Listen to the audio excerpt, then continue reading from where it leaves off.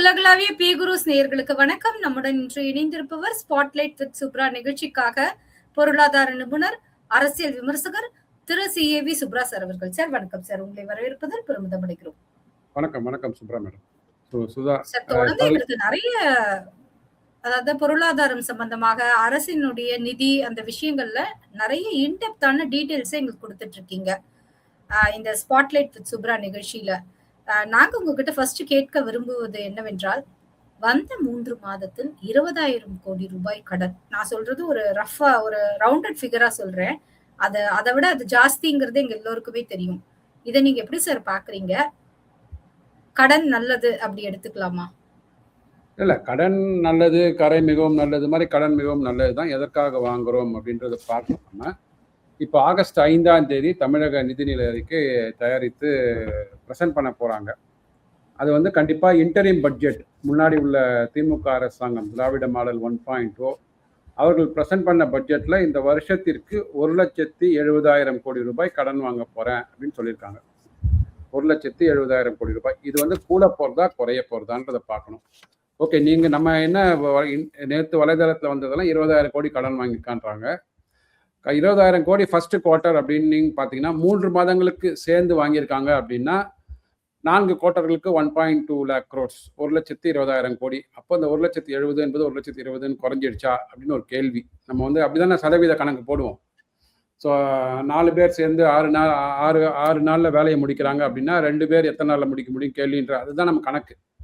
So 20,000 கோடி ரூபாய் 3 மாதங்கள் அப்படின்னா 4 குவார்ட்டர்கள் கொண்ட இந்த நிதியாண்டில் 1,20,000 கோடி கடன் வாங்க போறாங்களா, இல்லை 1,70,000 திமுக போட்ட பட்ஜெட்டை தாண்டி போக போறாங்களா அப்படின்னு ஒரு கேள்வி இருக்கு. இது வந்து கண்டிப்பாக ஆகஸ்ட் 5ஆம் தேதி நிதிநிலை அறிக்கையில் நமக்கு தகவல் கிடைச்சிடும்.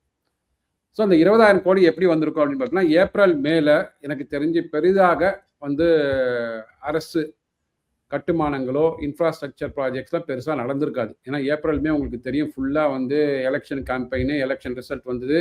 எலெக்ஷன் ரிசல்ட் வந்து ஒரு 10 நாளுக்கு அப்புறம் ஆட்சி அமைச்சாங்க.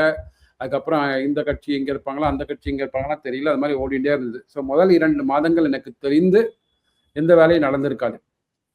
ஸோ ஜூன் மாதத்தில் இன்ஃப்ராஸ்ட்ரக்சருக்கு என்ன பண்ணாங்கன்னு தெரியல.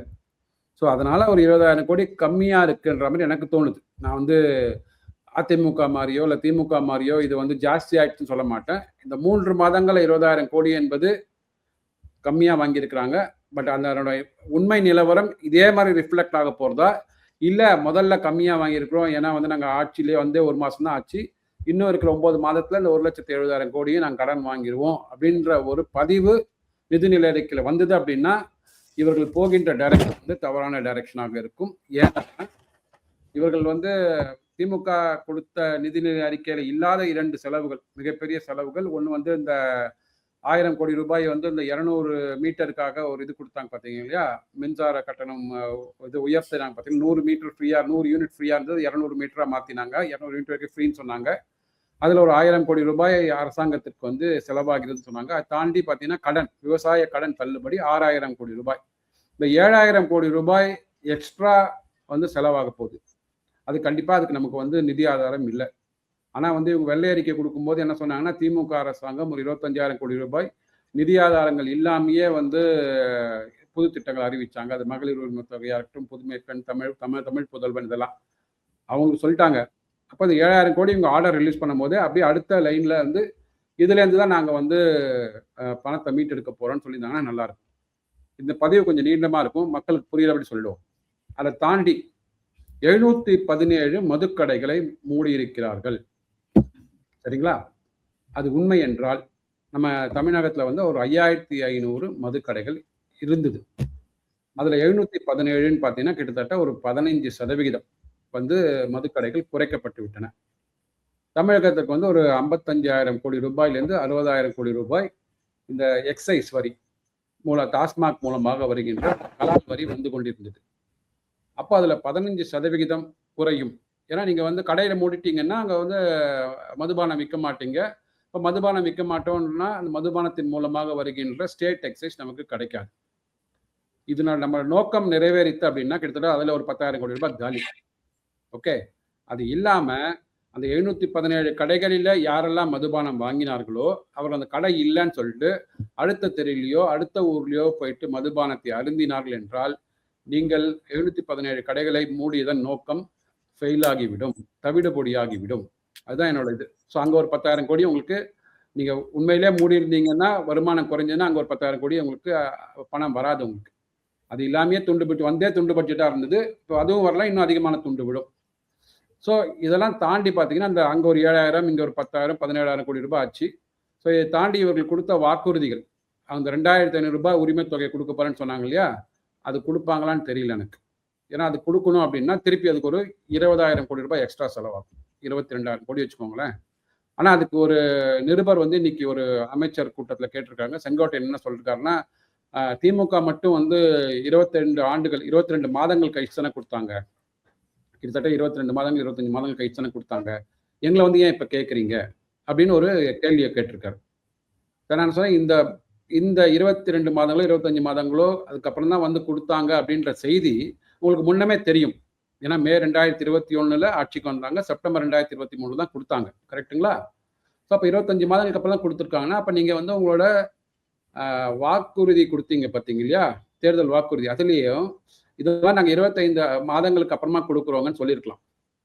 ஸோ நீங்கள் அப்போ சொல்லும் போது வந்து வந்தோடனே 2000 கொடுக்குறேன்னு சொல்லிட்டு இப்போ வந்து கேள்வி கேட்கும் போது மாற்றி சொல்றதுன்றது வந்து ஏற்றுக்கொள்ள முடியாது.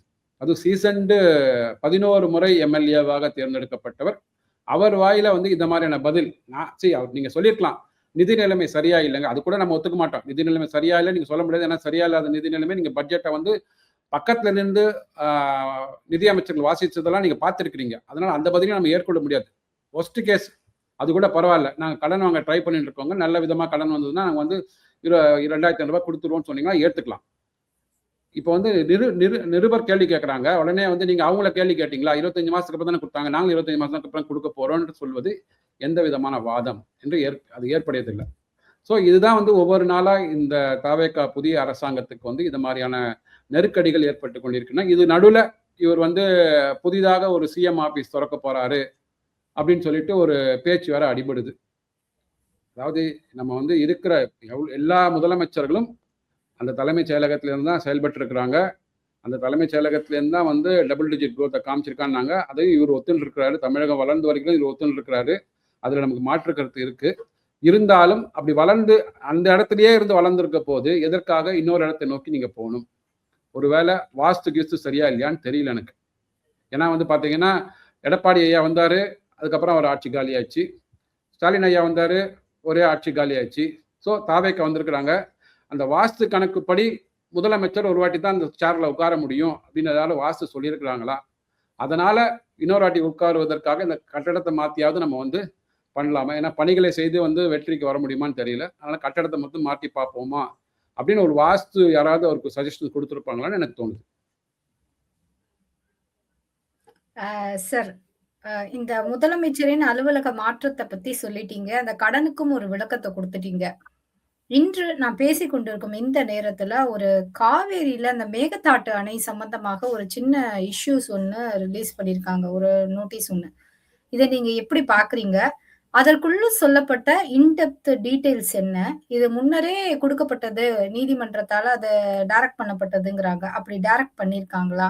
அப்படி பண்ணதை இன்னைக்கு இம்ப்ளிமெண்ட் பண்ணா அது செல்லுமா? நல்ல கேள்வி. அது ஆக்சுவலா சூப்பரா டாக்டர் அன்புமணி ராமதாஸுக்கு நம்ம வந்து நன்றி சொல்ல வேண்டும். இது சுட சுட செய்தி.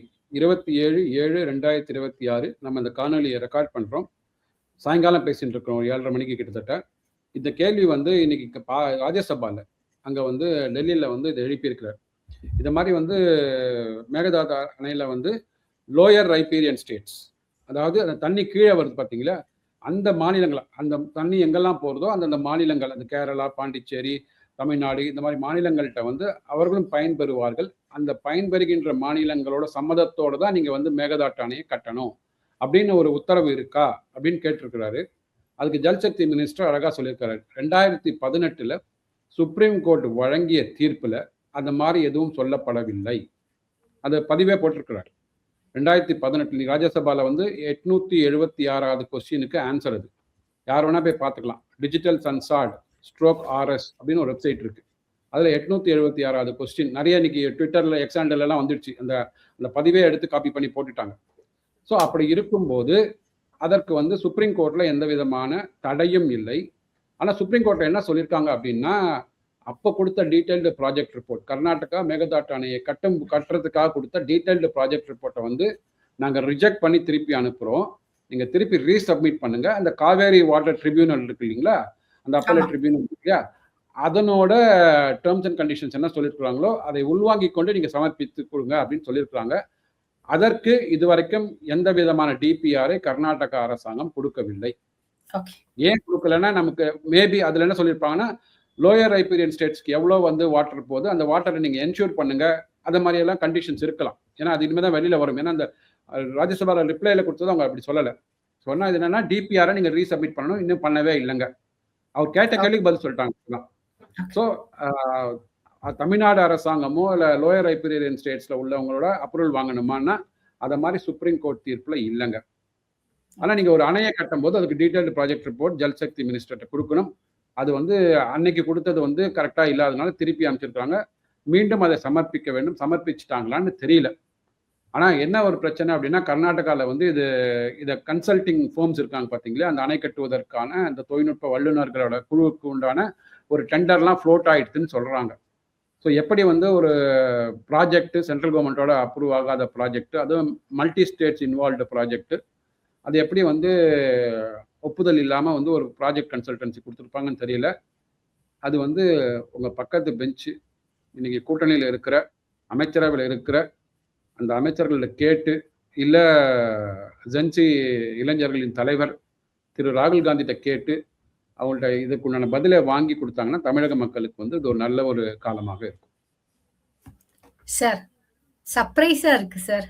நீங்க பேசும்போது நிறைய விஷயம் சொன்னீங்க. டீடைல்டா அந்த ரிப்போர்ட் 2018 சார். கடைசியில ஒரு வரி சொன்னீங்க. ரொம்ப கேட்சியா இருந்தது. ஜென்சி தலைவர் ராகுல் காந்தி அப்படின்னு சொன்னீங்க. நீங்க கூடவா சார் சிஜேபி ப்ரொடெஸ்டுக்கு பிறகு ஜென்சியின் தலைவர் ராகுல் காந்தின்னு சொல்ல ஆரம்பிச்சிட்டீங்க? நான் சொல்லலைங்க. அவரோட 2ஆம் கட்ட தலைவர் ரேவந்த் ரெட்டி, தெலுங்கானா சீஃப் மினிஸ்டர் என்ன சொல்றாரு அப்படின்னா, காங்கிரஸ் ஆட்சிக்கு வந்தால், அத்தைக்கு மீச முளைச்சான்னு சொல்லுவோம் பார்த்தீங்களா, காங்கிரஸ் ஆட்சிக்கு வந்தால் ஜென்சி இளைஞர்களை தான் எஜுகேஷன் மினிஸ்டராக ஆக்குவோம் சொல்றாரு. சரிங்களா? அப்போ நான் என்ன யோசிச்சேன்னா, சரி ஒரு பாலிசி நீங்க சொல்றீங்க, ப்ரப்போஸ் பண்றீங்க, அப்போ வந்து it should start from within. என்னை பொறுத்த வரைக்கும் சேரிட்டி பிகின்ஸ் ஃப்ரம் ஹோம். நீங்க வந்து ஊருக்கு உபதேசம் செய்யக்கூடாது, நம்ம வீட்டில் அதை ப்ராக்டிஸ் பண்ணிட்டு ஊருக்கு உபதேசம் செய்யலாம். அப்போ தெலுங்கானாவோட ஃபினான்ஸ் மினிஸ்டர் யாரான்னு சொல்லிட்டு கூகுளில் சர்ச் பண்ணேன். பார்த்தா 57 வயதான ரேவந்த் ரெட்டி தான் எஜுகேஷன் மினிஸ்டர். முதலமைச்சரே தான் எஜுகேஷன் மினிஸ்டர். அப்போ நான் என்ன கேட்குறேன், நீங்க வந்து காங்கிரஸ் ஜெயிக்கணும், 272 சீட்டுக்கு மேலே வரணும், அது வருவதற்கு இந்தியா கூட்டணி எந்த கூட்டணி, சிஜேபி கூட்டணி, ஏதாவது ஒரு கூட்டணி அமையும், அதில் வந்து எல்லாம் ஒன்றா இருந்து 272 சீட்டுக்கு மேலே வந்து அதில் வந்து பிரைம் மினிஸ்டர் யாருன்னு முடிவு பண்ணி அந்த பிரைம் மினிஸ்டர் வந்து முதல்ல ஃபினான்ஸ் மினிஸ்டர், எஜுகேஷன் மினிஸ்டர்லாம் தேர்ந்தெடுக்கணும். அதில் வந்து 54 வயது 57 வயது உள்ளவர் வருவாங்களா, இல்லை 20 வயது 25 உள்ள இளைஞர்கள் வருவாங்களான்னு தெரியல எனக்கு. சார், மேபி அந்த இளைஞர்கள் அப்படிங்கிற அந்த வயது வரமுறை வந்து 18ல இருந்து 60 வரைக்கும் வச்சிருக்கலாம்ல சார் அவங்க? கண்டிப்பா மாத்திடலாம். அதுதான் ஜென்சியோட டெஃபினேஷனே மாத்திடுவாங்க. எல்லா டெஃபினேஷனும் மாத்திடுவாங்கல்ல. ஸோ அதனால் ஜென்சி என்பது பார்த்தீங்கன்னா, யாரெல்லாம் காங்கிரஸ் கட்சியில் இருக்கிறாங்களோ அதில் வந்து 60 வயதுக்குள்ள இருக்கிறாங்களோ அவர்கள்லாம் வந்து இதயத்துக்கு மனசு கிடையாது, வயசு கிடையாது, மனதுக்கு வயசு கிடையாது. ஸோ அந்த மனதிலையும் இதயத்தில் நாங்கள் என்றும் இளமை. அதனால நாங்கள் வந்து இந்த கேட்டகரி நாங்கள் ஜென்சி. உடலால் நாங்கள் வந்து வயோதிகர்களாக ஆனால் கூட மனதில் நாங்கள் என்றும் இளமையாக இருக்கிறோம், அதனால நாங்கள் ஜென்சி அப்படின்னு சொல்லிட்டு ஒரு லாவே கொண்டு வந்துடுவாங்க. அந்த லா கொண்டு வந்துட்டாங்கன்னா ராகுல் Gandhi maybe agency or Revanth Reddy maybe agency. அதனால அவர்களுக்கு வந்து ஈவன் மல்லிகார்ஜுன கார்கே கூட ஜென்சி ஆயிடுவார். ஸோ அவர்களுக்கு வந்து எஜுகேஷன் மினிஸ்டர்னு ஒரு வாய்ப்பு கிடைக்கும். அது வந்து பார்க்கலாம். அதாவது முதல்ல இவங்க வந்து கூட்டணியாக இணைந்து மிக முக்கியமான கட்சி திமுக, அதுவே வந்து கூட்டணியிலேருந்து வெளியில் போயாச்சு. அவங்க தான் 22 சீட் வச்சிருக்கிறாங்க இன்னைக்கு. ஸோ மம்தா பானர்ஜி என்ன பண்ண போகிறாங்கன்னு தெரியாது, அகிலேஷ் யாதவ் என்ன பண்ண போறாரு சொல்லிடுது, ஆம் ஆத்மி பார்ட்டி அரவிந்த் கெஜ்ரிவால் என்ன பண்ண போறாரு, இப்படி ஒவ்வொருத்தரா வெளியில் இருக்கும்போது இவர்கள் வந்து இன்னைக்கு இருக்கிற தாவேகா, தமிழ்நாட்டில் வந்து இந்த தாவேகா, காங்கிரஸ், கம்யூனிஸ்ட், விடுதலை சிறுத்தை கட்சிகள் இவர்கள்லாம் சேர்ந்து ஒரு கூட்டணி அமைச்சிருக்கிறாங்க. இது வந்து கிட்டத்தட்ட ஒரு ரீஜனல் அலையன்ஸ் மாதிரி ஆயிடுச்சு. ரீஜனல் கூட சொல்லக்கூடாது, ஸ்டேட் அலையன்ஸாக மாறிடுச்சு. ஒரு ஸ்டேட்டுக்குள்ள அலையன்ஸ் பார்ட்டிஸ் வந்து எப்படி வந்து ஒரு ரீஜனல் பார்ட்டி ஆகி ரீஜனல் அலையன்ஸாக மாறி நேஷன் வைடு அலையன்ஸாக மாறி என்டிஏ அரசாங்கத்தை எதிர்கொள்ள போகிறார்கள் 2029. அதில் வென்று அமைச்சரவை அமையணும். அதில் ஜென்சி எஜுகேஷன் மினிஸ்டராக யார் வரப்போகிறாங்கன்றது நானும் இவரை மாதிரி வந்து ரேவந்த் ரெட்டி மாதிரி வேடிக்கை பார்க்க காத்து கொண்டிருக்கிறேன். சார், இன்றைய நாளின் இறுதியில் ஒரு முக்கியமான தீர்ப்பை ஒன்றை உயர்நீதிமன்றம் ரத்து செஞ்சிருக்காங்க.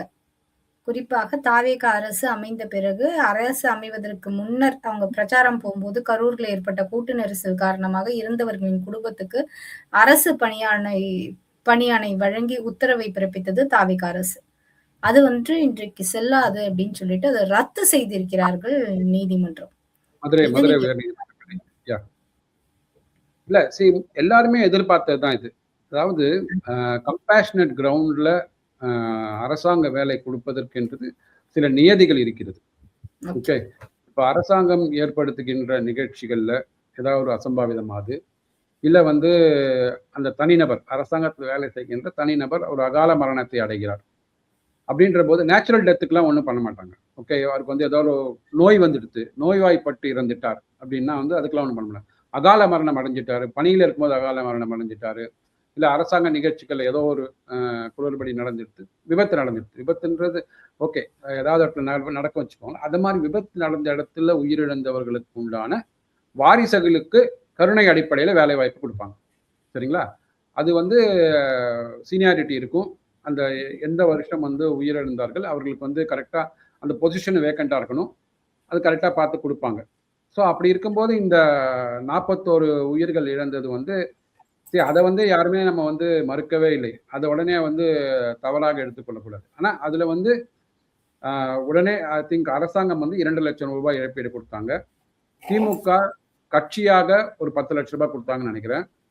அப்புறம் வந்து தாவேகா வந்து அவர் கரூருக்கு போக முடியல, அதனால அனைவரையும் வீட்டுக்கு அழைத்து பனையூருக்கு அழைத்து 20 லட்சம் ரூபாய் கொடுத்துட்டார். ஸோ டோட்டலாக 32 lakhs அவங்களுக்கு பே பண்ணியிருக்கிறாங்க. ஸோ இது என்ன கேட்குறாங்கன்னா, இதை மாதிரி நிறைய பேர் உயிரிழந்திருக்கிறார்களே. இப்போ இன்னைக்கு நம்ம பேசிக்கொண்டிருக்கிற தருணம் இன்னைய தேதியில சிவகாசி பட்டாசு தொழிற்சாலையில 2 பேர் உடல் கருகி இறந்திருக்கிறார்கள். கோர்ட் அதை கேட்டிருக்கிறாங்க. அப்ப நீங்க சிவகாசி பட்டாசு தொழிற்சாலையில உயிரிழந்தவர்களுக்கு 2 பேருக்கு வேலை கொடுப்பீங்களான்னு கேட்டிருக்கிறாங்க. இது ஒரு தனிப்பட்ட நிகழ்ச்சி. ஒரு அரசியல் கட்சி நடத்தின கூட்டத்துக்கு வந்தவர்கள், ஓகே, அது வந்து போலீஸ் காவல்துறை வந்து கரெக்டா வந்து பராமரிப்பு கொடுக்கலையா, சட்டம் ஒழுங்கு வந்து அப்போ ஒழுங்கா பார்க்கலையா, இல்லை யார் மேல மிஸ்டேக்லாம், அது இன்னும் வந்து ப்ரொசீடிங்ஸ் போய்கொண்டிருக்கிறது. இவரும் வந்து அதுல வந்து ஒரு விசாரணைக்கு போயிருக்கிறாரு. ஸோ யார் மேல தப்பு இருக்கும் தெரியாது. இப்போ நீங்க இந்த 41 பேர் வந்து அவர்கள் குடும்பத்திற்கு நீங்க வந்து வேலையை கொடுத்துட்டீங்க அப்படின்னா, ஸோ நீங்க directly you are influencing the witness. நாளைக்கு அவங்க விட்னஸா இருப்பாங்க இல்லையா, இந்த நிகழ்ச்சி எப்படிங்க நடந்தது, நீங்க எப்படி போனீங்க, உங்களுக்கு எல்லாம் கொடுத்த ஏற்பாடுகள்லாம் சரியா இருந்ததா அப்படிலாம் கேள்வி கேட்கும்போது அவங்களுக்கு இல்லைன்னு சொல்லணும், இல்லை ஆமான்னு சொல்லணும். அப்படி இருக்கும்போது என்ன ஆகும்னா, இந்த வேலை வாய்ப்பு கொடுத்துட்டீங்க அப்படின்னா you are directly influencing them to say no, எல்லாம் நல்லபடியா நடந்ததுங்க அப்படின்ற மாதிரி சொல்றதுக்கு உண்டான ஒரு உந்துதலை வந்து இது கொடுக்கும். ஓகே, இதெல்லாம் வந்து ஓகே, இது சட்டத்தில் பார்க்குற பார்வை. மனிதாபிமான அடிப்படையில் பார்த்தீங்கன்னா, இதற்கு முன்னாடி நிறைய பேர் டிஎன்பிஎஸ்சி எக்ஸாம் எழுதிட்டு வேலைக்காக காத்து கொண்டிருக்கிறார்கள். இதை மாதிரி முன்னாடி உயிரிழந்தவர்களின் குடும்பங்கள் வேலைக்காக காத்துட்டு இருக்கிறாங்க. கள்ளக்குறிச்சி மரணமாக இருக்கட்டும், இந்த கரூரா இருக்குது, அதுக்கு முன்னாடி இந்த இப்போ இன்னைக்கு நடந்த சிவகாசி, இது நிறைய போக்குவரத்து விபத்துகள்னால ஏற்பட்ட மரணங்கள். ஓகே, அதெல்லாம் எங்க லாக்அப் டெத்து யார் காரணம் சொல்லுங்க? எத்தனை லாக்அப் டெத் நடந்திருக்கு? இந்த லாக்அப் டெத்தில் உயிரிழந்தவர்களோட குடும்பங்களுக்கு என்ன பண்ண போறோம்? அந்த கேஸே முடியல. நீங்க வந்து அவங்க குற்றவாளின்னு சொல்லிட முடியாது இப்போ. ஏன்னா அந்த கேஸ் நடந்து முடிஞ்சாதான் அவங்க குற்றவாளின்னு சொல்ல முடியும். அதற்கு முன்னாடியே வந்து அவர்கள் வந்து பலியாக்கப்பட்டிருக்கிறார்கள் அப்படின்னா அந்த குடும்பங்களுக்கு யார் ஜவாப்தாரி? அந்த குடும்பங்களுக்கு வேலை வாய்ப்பு எப்படி ஆகும்? ஏன்னா அவன் தான் வந்து ஒரு பிரெட் வின்னராக இருந்திருப்பாங்க இல்லைங்களா? ஸோ இந்த மாதிரி கேள்விகள்லாம் கேட்டு, ஸோ அதனால வந்து இந்த இவங்க அந்த கூட்டத்துக்கு போறதுக்கு முன்னாடியே இந்த அரசாணை பணியாணையை கொடுக்கறதுக்கு முன்னாடியே ஒரு கோர்ட்ல ஒரு தீர்ப்பு கொடுத்துட்டாங்க. இது வந்து கண்டிஷனல் இதுதான் ஆர்டர் தான் கொடுக்குறோம், இது சப்ஜெக்ட் டு எங்களோட இறுதி தீர்ப்புக்கு வந்து இதாகும்னு சொல்லிட்டாங்க, உட்பட்டதுன்னு சொல்லிட்டாங்க. ஸோ அப்படி இருக்கும்போது அதுதான் இன்னைக்கு வந்து வழிமொழிந்து இருக்கிறார்கள். ஸோ மதுரை உயர்நீதிமன்றம் கிளை என்ன சொல்லியிருக்காங்க, இந்த அரசு இந்த நீங்க கொடுத்த பணியாணை செல்லுபடியாகாதுன்னு சொல்லிட்டாங்க. இவங்க சுப்ரீம் கோர்ட்டுக்கு போவாங்க. ஆப்வியஸ்லி ஒரு தீர்ப்புக்கு வந்து மேல்முறையீடு எந்த பார்ட்டியா இருந்தாலும் போவாங்க வச்சுக்கோங்களேன். அதுபடி நீங்க அவங்க சுப்ரீம் கோர்ட் அப்பீல் பண்ண போறாங்க. அஃப்கோர்ஸ் அவங்களுக்கு வந்து காஸ்ட்லியான அட்வொகேட் இருக்கிறாரு, விலை உயர்ந்த அட்வொகேட் கபில் சிபல், அதுவும் காங்கிரஸ் கட்சியில் இருக்கிறாரு. கண்டிப்பாக அவர் வந்து வாதாட போவார். பார்க்கல, இல்லை ப. சிதம்பரம் இருக்கிறாரு. எல்லாம் விலை உயர்ந்த வக்கீல்கள். 1 மணி நேரத்துக்கு 5 லட்சம் 10 லட்சம் சார்ஜ் பண்ணுவாங்க. அது கொடுப்பதற்கு வந்து இவர்கிட்ட பணம் இருக்கும். தாவேக்கால வந்து கட்சி வந்து பார்த்தீங்கன்னா நிறைய எல்லாரும் இங்கேருந்து இங்கே மாறி இருக்கிறாங்க இல்லையா, அதனால பணம்லாம் இருக்கும். கொடுத்து என்ன அவங்களோட ஸ்டாண்டை வந்து நிலைநிறுத்துவதற்கு பார்ப்பாங்க. அது எப்படி நடக்க போகுதுன்றது பார்ப்போம். சுப்ரீம் கோர்ட்டில் வந்து எனக்கு தெரிந்து இன்னும் இப்போ வரைக்கும் வந்த தீர்ப்புகளின் அடிப்படையில் பார்த்தா இந்த இவர்களோட வழக்கு வந்து செல்லுபடி ஆகாது அப்படின்னு தான் நமக்கு தோன்றுது. சார், நம்ம முன்னர் பேசியிருக்கோம் ஸ்பாட்லைட் வித் சுப்ரா நிகழ்ச்சியில. மத்திய நிதி அமைச்சரின் அதாவது மத்திய அமைச்சரவையில் ஒரு மாற்றம், மத்திய நிதி அமைச்சரின் பதவி மாறுகிறது அப்படிங்கறத நீங்க தான் எங்களுக்கு ஒரு சூசகமா ஒரு ஹிண்டா சொன்னீங்க. அது மாறுவதற்கான வாய்ப்புகள் பிரகாசமா இருக்குன்னு. யாருமே எதிர்பார்க்காத மாதிரி சிஜேபி புரொட்டஸ்ட்னால கல்வி அமைச்சருடைய பதவி வந்து அவர் விலக வேண்டியதா போயிடுச்சு. இது நீங்க எப்படி பாக்குறீங்க? இந்த கல்வி அப்படிங்கிற அந்த இடத்துக்கு மத்திய நிதி அமைச்சர் வருவதற்கான ஆயத்தங்கள் முன்னரே நடந்திருந்ததா? இல்ல இப்ப இந்த பிளேஸை யார் ஃபில் பண்ண போறாங்கன்னு நினைக்கிறீங்க? இப்பவாவது ஒரு மத்திய அமைச்சரவையில ஒரு மாற்றம் வருமா? இல்ல, இது ஆக்சுவலா நல்லா ட்ரை பண்ணிட்டு இருந்தாங்க. மத்திய அமைச்சரவையில் ஒரு மாற்றத்தை கொண்டு வர வேண்டும் என்று ஒரு முன்னாடியே வந்து பிளான் பண்ணி வச்சிருந்தாங்க. இந்த பாராளுமன்ற கூட்டத்தொடர் நடக்கிறது, இந்த 20ஆம் தேதி நடந்து ஆரம்பிச்சுட்டு பார்த்தீங்களா, அதற்கு முன்னாடி ஏதாவது ஒரு இது வரும்னு தான் எல்லாரும் எதிர்பார்த்தாங்க. அது அன்ஃபார்ச்சுனேட்லி அந்த மே 3ஆம் தேதி அந்த நீட் தேர்வு நடந்தது. அதுக்கப்புறம் அப்புறம் மே 7 அன்னைக்கு அந்த கசிவித்தாள் விவகாரம் வெளியில வந்தது. அதுக்கப்புறமா சிபிஐல வந்து நேஷனல் டெஸ்டிங் ஏஜென்சி வாலண்டியராக எங்க நிறுவனத்தில் தவறு நடந்திருக்கிறது, இதை நீங்க வந்து உள்ள வந்து ஆராய வேண்டும் சொல்லிட்டு இவர்களே வந்து ஒரு கிரீவன்ஸ் லெட்டர் கொடுத்து அதன் மூலமாக எஃப்ஐஆர் பதிவு செய்யப்பட்டு அதெல்லாம் நடந்தது. பட் இதுல என்ன ஆச்சு அப்படின்னா, உடனே இந்த காக்ரோச் ஜனதா பார்ட்டி அப்படின்னு ஒரு அமைப்பு வந்து உள்ள வந்துட்டாங்க. வந்ததுக்கு அப்புறம் பாத்தீங்கன்னா இது வந்து எங்க போனாலும் வந்து எல்லாரும் வாண்டடா வந்து வண்டியில ஏறுறாங்க. ஸோ நம்ம நிறைய பேசியாச்சு. ஸோ தேர்வுத்தாள் கசிவு என்பது ஏற்றுக்கொள்ளதல்ல, யாராலுமே ஏற்றுக்கொள்ள முடியாது. ஆனால் வந்து இதை வந்து மற்ற மாநிலங்கள் நடக்கும்போது அண்டை மாநிலத்தில் டெல்லியில எல்லாம் ப்ரொடெஸ்ட் பண்ணியிருந்தாங்க, பஞ்சாப்ல நடந்திருக்கு, அதுக்கு யாரும் கேள்வி கேட்கல. ராஜஸ்தான்ல 2013 நடந்திருக்கு, அதுக்கெல்லாம் கேள்வி கேட்கல. இங்க தமிழ்நாட்டிலே நடந்திருக்குது. அப்பெல்லாம் வந்து இதுவும் ஒரு சாதாரண ஒரு சோசியல் கிரைம் அப்படின்னு பிரியங்கா காந்தி சொல்ற மாதிரி நம்மளும் சொல்லணும்னா சாதாரண ஒரு குற்றம் தாங்க இதுன்னு கலந்து போனாங்க அவங்க. ஆனா இன்னைக்கு தேதியில பாத்தீங்கன்னா எப்படி மாறுது பாருங்க. முதல்ல வந்து அந்த கசிவுத்தாள் அந்த இதெல்லாம் வந்து ரெகுலேட் பண்ணணும். அந்த உயிரிழந்த குடும்பங்களுக்கு இங்க மாதிரி தான் உயிரிழந்த குடும்பங்களுக்கு அங்க வந்து 1 கோடி ரூபாய் வந்து நீங்க வந்து இழப்பீடு கொடுக்கணும். அப்புறம் தர்மேந்திர பிரதான் வந்து பதவி விலகணும். ஓகே, இந்த 3 கோரிக்கைகள் வச்சாங்க. தர்மேந்திர பிரதான் பதவி விலகினதால மட்டுமே வந்து இந்த ப்ராப்ளத்தை சால்வ் பண்ண முடிஞ்சிருமா அப்படின்னு நம்ம கேள்வி கேட்டோம். ஏன்னா அவங்க வந்து அவங்களுக்கு என்னன்னா இப்போ வந்து இவர் வெளியில போயிட்டா சில எதிர்கட்சிகள் என்ன சொன்னாங்கன்னா அவர் ஆர்எஸ்எஸ் சிந்தனை உடையவர், ஸோ பாஜகவோட இது அப்படின்லாம் சொன்னாங்க. அப்போ புதுதாக வருகின்ற கல்வி அமைச்சர் கூட அவரும் பிஜேபி சிந்தனையாளர் தானே இருப்பாங்க, வேற எப்படி வந்துட போறாங்க? ஆர்எஸ்எஸ் சிந்தனையோட தானே இருப்பாங்க அவங்க இல்லையா? ஸோ அப்படி இருக்கும்போது ஆர்எஸ்எஸ் சிந்தனை என்றது என்னன்னா பார்த்தீங்கன்னா விக்ஷித் பாரத் 2047 நோக்கி செலுத்துகின்ற ஒரு விஷன், அந்த டாக்குமெண்ட் இருக்கிற ஒரு சித்தாந்த ஒரு இது வந்து அரசியல் பிரிவு. பிஜேபி என்பது, ஆர்எஸ்எஸ் என்பது இயக்கம், அவ்வளவுதான். நாட்டை வந்து வழிநடத்துகின்ற ஒரு இயக்கம், நாட்டிற்காக தியாகம் செய்த ஒரு இயக்கம். அந்த இயக்கத்திலேருந்து வர்றவங்க இங்க இருப்பாங்க பிஜேபியில. அவங்க வந்து இதுல இருக்க எம்பியாக இருக்கிறாங்கன்னா அவர்களுக்கு தான் வந்து அமைச்சரவையில் அன்னைக்கு தான் பதவி கிடைக்கும். எஜுகேஷன் மினிஸ்டர் இன்னைக்கு அப்பாயிண்ட் பண்ணிட்டாங்க. ஸோ அப்படி இருக்கும்போது என்ன திருப்பி 4வது ஒன்று என்ன சொல்லிட்டாங்கன்னா, இந்த மாதிரி போராட்டங்கள் ஈடுபட்டவர்கள் மேலே எந்த விதமான நடவடிக்கையும் எடுக்கக்கூடாது. 4வது. அதுக்கப்புறம் என்ன ஆச்சுன்னா இங்க உடனே தமிழ்நாட்டில் வந்து உடனே இது வந்து 5வது ஒரு கோரிக்கையா நீட்டை பேன் பண்ணுங்க. அங்க வந்து ரெகுலேட் த நீட்டுன்னு தான் வந்து கோஷங்கள் போனது அங்க. உடனே இங்க வந்து பேன் நீட் அப்படின்னு கொண்டு வராங்க இங்க. சார், பேன் நீட்னா அதுக்கு என்ன? இங்க வந்து எக்ஸாம் நடந்து கொண்டு வருகிறது. கிட்டத்தட்ட 55லேருந்து 56% தமிழகத்திலேருந்து அப்பீல் ஆகிற மாணவர்கள் பாஸ் பண்ணி கொண்டு வருகிறார்கள். ஓகே, கிட்டத்தட்ட 1,35,000 மாணவர்கள் எழுதுறாங்கன்னா அதில் 55-56% மக்கள் நீட்ல குவாலிஃபை ஆயிடுறாங்க மாணவர்கள். ஓகேங்களா? இப்போ கூட ஒரு வலைதளத்தில் வந்து ஒரு இது பார்த்தேன், ட்விட்டர் பார்த்தேன், வீடியோ பார்த்தேன். கனிமொழி மேடம் என்ன சொல்றாங்கன்னா, ஒரு பையன் கேள்வி கேட்கறான், மேடம் நீங்க நீட் வேண்டான்னு சொல்றீங்க, ஆனா நீட் கோச்சிங் சென்டர் நடத்தணும்ன்றீங்களே மேடம் அப்படின்றான். ஆமாப்பா, நீட்டை வந்து பேன் பண்ற வரைக்கும் நாங்க வந்து அரசாங்கத்துல வந்து உங்களுக்கு கோச்சிங் கொடுக்கணும், கண்டிப்பாக வந்து அந்த கேப்பை வந்து நிறைவு செய்வதற்காக நாங்கள் கோச்சிங் நடத்துறோம் அப்படின்றாங்க. எனக்கு தெரியல, திமுக அரசாங்க காலத்துல எத்தனை நீட் கோச்சிங் சென்டர்ஸ் ஓபன் பண்ணாங்கன்னு எனக்கு தெரியல. எடப்பாடி ஐயா அவர்கள் வந்து காலத்துல ஓபன் பண்ணாங்கன்னு எனக்கு தெரியும். ஏன்னா அவர் தான் வந்து 7.5% உள்ள கொண்டு வந்தார். ஸோ நம்ம வந்து ஒரு, ஏன்னா இது ஒரு கன்கரண்ட் லிஸ்ட், ஒத்திசைவு பட்டியலில் இருக்கும்போது ஒரு மாநிலத்தாலே மட்டுமே ஒரு சட்டத்தை வந்து ரிப்பீல் பண்ண முடியாது, விலக்கி விட முடியாது. அப்போ நம்ம மாநிலத்தினால என்ன பண்ண முடியும்? நமக்கு வந்து 272 ஸ்ட்ரென்த்துக்கு மேல இருந்ததுன்னா நீங்க நினைக்கிறதா சட்டமாக்கலாம். அப்படி இல்லாத போது இங்க இருக்கிற 145 கோடி மக்களுக்கும் உண்டான ஒரு சட்டத்தை வந்து ஒரு 8 கோடி மக்களோட ரெப்ரசன்டேட்டிவா நீங்க வந்து சட்டத்தை வந்து காலாவதி பண்ண முடியாது. அப்போ அந்த சட்டத்தை வந்து நீங்க வந்து ஏற்றுக்கொள்வதற்கு என்ன கேப் இருக்குன்னு பார்க்கணும். அந்த கேப்பை நீங்க ஃபில்அப் பண்ணணும். அதுக்கப்புறம் நீங்க சட்ட போராட்டம் போடுங்க, அதுல ஒன்றும் தப்பு இல்லை, எல்லாருக்கும் உரிமை இருக்குது. உங்களுக்கு நீட் வேணும்னா வேண்டாம், எனக்கு வேணும்னா வேணும். பட் எண்ட் ஆஃப் த டே அதை வந்து டிசைட் பண்றதுன்றது வந்து லெஜிஸ்லேட்டிவ் அத்தாரிட்டியில பண்ணும், இல்லை பார்லிமெண்ட்ல பண்ணும். இது ரெண்டும் தாண்டி இது தவறா இருந்தது அப்படின்னு சொன்னா ஜுடிஷியல்ல பண்ணுவாங்க. இதுதான் வந்து நம்மளோட நாட்டில் இருக்கிற அரசியல் சாசனம் கொடுத்தா நமக்கு ஒரு உரிமை வச்சுக்கோங்களேன். அப்படி இருக்கும்போது இந்த கல்வி என்பது ஒத்திசைப்பட்டில் இருக்கிற வரைக்கும் கண்டிப்பாக வந்து 145 கோடி மக்களுக்காக இயற்றிய சட்டம் தான் செல்லுபடியாகும். இங்க பேன் நீட்னு உள்ள கொண்டு வந்திருக்கிறாங்க. ஸோ பேன் நீட்ன்றது இப்போ தாவேகா கட்சி அதனோட நிலைப்பாடு என்ன? சும்மா வாயில சொல்லியிருக்கிறாங்க, நாங்க வந்து நீட் எதிர்க்கிறோம்னு சொல்லியிருக்கிறாங்க. ஆனா வந்து அந்த போராட்டம், சிஜேபி போராட்டம் இங்க நடந்தது இல்லைங்களா, கம்யூனிஸ்ட் ஆஃபீஸ்க்குள்ள.